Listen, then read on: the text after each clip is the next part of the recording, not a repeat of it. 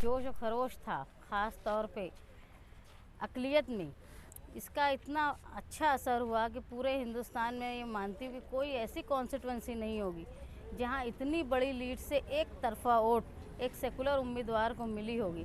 बहुत खुशी की बात है। हम लोग जब यहाँ से धूलिया जा रहे थे तो रास्ते में ख़ास तौर पे ख़वातीन के फ़ोन आ रहे थे। उनको इस बात का डर था कि कहीं गड़बड़ी ना हो जाए। तो ये जो फ़िक्र थी वो ये बताती थी कि कितना जोश था मालेगांव शहर की ख़वातीन और मर्दों में कि मोदी सरकार को मुल्क से भगाना है और उनकी ताकत कम हो ये कोशिश करना है। ये बहुत अच्छी बात है कि यूपी में ये मैं मानती हूँ कि जो बुलडोज़र की सियासत करते थे उन पर बुलडोज़र पे साइकिल भारी पड़ी।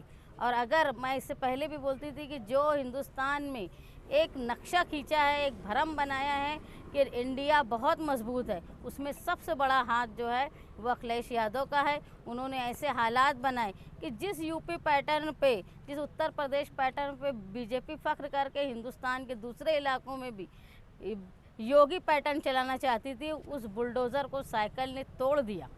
और जिस राम मंदिर पर अयोध्या की सीट पे इतना वो वावेला मचाई थी, मैं ये मानती हूँ कि जो लोग राम भगवान को मानते होंगे वो आज ये बात को तस्लीम कर लिए होंगे कि अयोध्या की सीट अगर बीजेपी हारी, इसका मतलब ये है कि कहीं ना कहीं उनके राम भगवान भी नाखुश थे संविधान को बदलने के लिए। इसीलिए राम लल्ला ने अयोध्या की सीट समाजवादी को दी।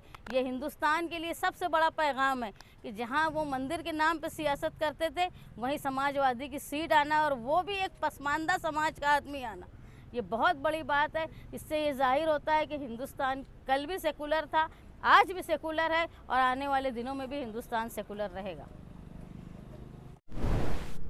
पूरे हिंदुस्तान के लिए और हिंदुस्तान की सेकुलर आवाम के लिए एक खुशी का दिन है, और ख़ास तौर से मालेगांव शहर के लिए कि यहाँ पर कांग्रेस पार्टी जो इंडिया अलायंस की उम्मीदवार थी शोभाताई बच्छाव, उसे मालेगांव ने जिता दिया। हमने 1 मई को महाराष्ट्र डे के मौके पर सबसे पहले इस शहर में माहौल बनाने के लिए, और ये इलेक्शन सिर्फ एक पार्टी का इलेक्शन नहीं है, ये इलेक्शन दस्तूर को बचाने का है, अपने वजूद को बचाने का है। इस मकसद से हमने जानबूझ के संविधान सुरक्षा यात्रा निकाली शान हिंद की क़यादत में, और उसी में नारा लगाया था कि जुड़ेगा मालेगांव जीतेगा इंडिया।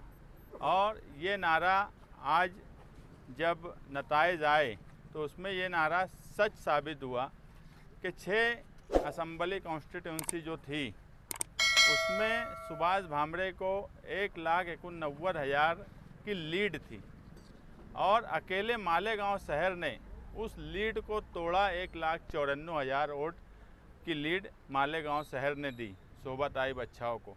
तो ये नारा जुड़ेगा मालेगांव जीतेगा इंडिया 1 मई का नारा आज 4 जून को सच साबित हुआ। मैं मालेगांव शहर की तमाम ही समाजी सियासी तंजीमों और जो लोगों ने ईमानदारी से मेहनत से काम किया, और ख़ास तौर से इस शहर की माँ और बहनों का शुक्रिया अदा करता हूँ, क्योंकि पोलिंग के दिन, जिस दिन पोलिंग थी वो दिन शान हम और पार्टी के लोग साथ में घूम रहे थे। हमारे यहाँ जाहिद मौलाना बैठे हैं, ये भी थे। औरतें जितनी तकलीफ़ उठाकर और घंटों लाइन में लग कर वोट दी, वो काबिले तारीफ़ कदम था। और ये जीत कहीं ना कहीं उन सब माँओं बहनों के लिए है जिन्होंने दुआएं भी दी और मेहनत से घर से निकली और वोट भी करी। ये हम पहले से बोलते थे कि ये इलेक्शन कोई एक सियासी पार्टी का इलेक्शन नहीं है, ये इलेक्शन इस मुल्क में सिर्फ 2 लोगों के यानी 2 लोगों का इलेक्शन था। एक फ़िरका परस्त थे जो संविधान बदलना चाहते थे, और एक थे उनके खिलाफ जो संविधान को मानते थे। हम ये बात मानते हैं कि मुल्क में बीजेपी की हुकूमत बनने वाली है, मगर निहाल साहब हमेशा कहा करते थे कि कोई भी पार्टी, यहाँ तक कि कांग्रेस खुद भी जब भी बहुत मजबूत हुई है तो उतनी ही मस्ती में आई है जितनी मस्ती में आज बीजेपी है। लेकिन इस मुल्क में अक़लियत उसी वक्त तो महफूज रह सकता है, उसी वक्त तो उसकी बात सुनी जा सकती है जब हुकूमत कमज़ोर हो और वो दूसरों के रहम करम पर रहे।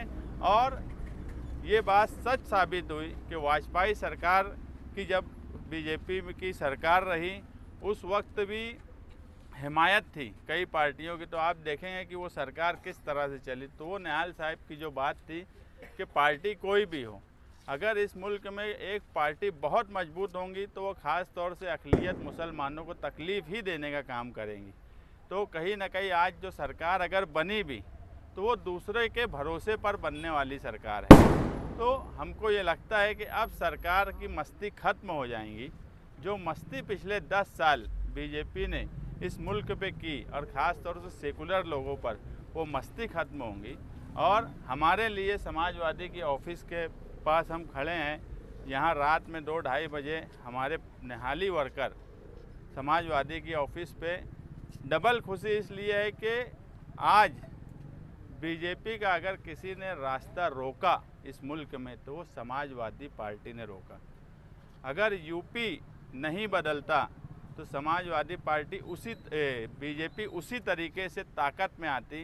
अखिलेश यादव का हम शुक्रिया अदा करते हैं कि उन्होंने जो मेहनत की और जो ताकत से यूपी में बीजेपी का रथ रोका, और यहाँ तक कि जिस अयोध्या पे राम मंदिर का डंका बजा के पूरी दुनिया में वाहवाही लूटने का और उस पर इलेक्शन लड़ने की कोशिश की है, उस फैज़ाबाद की सीट पर भी समाजवादी चुनकर आई।